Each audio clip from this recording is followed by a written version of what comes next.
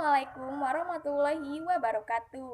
Apa yang dimaksud dengan syok dan mengapa itu terjadi? Nah, klasifikasi syok itu ada 5. Pucat, gelisah, peningkatan denyut nadi,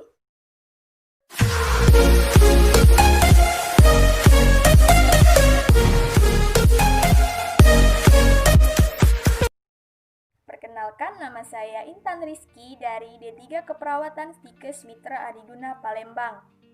Nah, di sini saya akan membahas tentang patofisiologi terjadinya syok. Nah, untuk itu, sebelum kita mulai, pertama-tama kita harus perlu tahu apa yang dimaksud dengan syok dan mengapa itu terjadi. Nah, jadi syok itu adalah suatu keadaan gawat yang terjadi ketika sistem kardiovaskuler atau jantung dan pembuluh darah tidak mampu mengalirkan darah ke seluruh tubuh dalam jumlah yang memadai. Biasanya syok itu berhubungan dengan tekanan darah rendah ataupun kematian sel maupun jaringan yang dapat menimbulkan kematian jika kita tidak segera menanggulanginya atau kita mengobatinya. Nah, selanjutnya saya akan membahas tentang etiologi syok. Nah, jadi syok itu biasanya disebabkan karena kegagalan jantung dalam memompa darah atau bisa juga disebabkan karena pelebaran pembuluh darah yang abnormal atau reaksi alergi maupun infeksi. Nah, di sini akan saya jelaskan ada 4 penyebab syok. Yang pertama, syok hipovolemik atau berkurangnya volume sirkulasi darah seperti kehilangan darah ataupun pendarahan, kehilangan plasma seperti luka bakar, dan yang kedua ada kardiogenik atau kegagalan jantung itu sendiri seperti penyakit jantung iskemik atau serangan jantung. Dan yang ketiga ada shock septik yang bisa disebabkan karena infeksi bakteri gram negatif. Dan yang keempat ada shock anafilaktik yang disebabkan karena bisa juga oleh gigitan serangga. Nah, selanjutnya saya akan bahas tentang klasifikasi shock. Nah, klasifikasi shock itu ada 5. Nah, yang pertama shock kardiogenik yang berhubungan dengan kelainan jantung, kemudian hipovolemik yang berhubungan dengan akibat penurunan sirkulasi darah, kemudian shock septik yang diakibatkan karena infeksi, kemudian shock anafilaktik yang diakibatkan karena alergi, dan kemudian shock neurogenik yang disebabkan karena kerusakan pada sistem syaraf. Nah, selanjutnya yang saya akan bahas adalah patofisiologi atau mekanisme syok secara umum.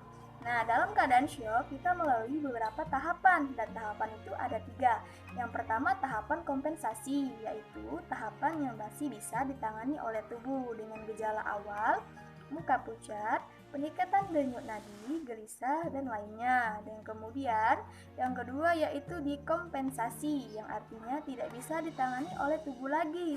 Nah, gejala awalnya itu seperti muka pucat, gelisah, peningkatan denyut nadi, kemudian tingkat kesadaran mulai terganggu. Dan yang ketiga yaitu irreversible, yang artinya jika pertolongannya lambat, maka akan menyebabkan aliran darah menurun dan tekanan darah kemudian denyut nadi.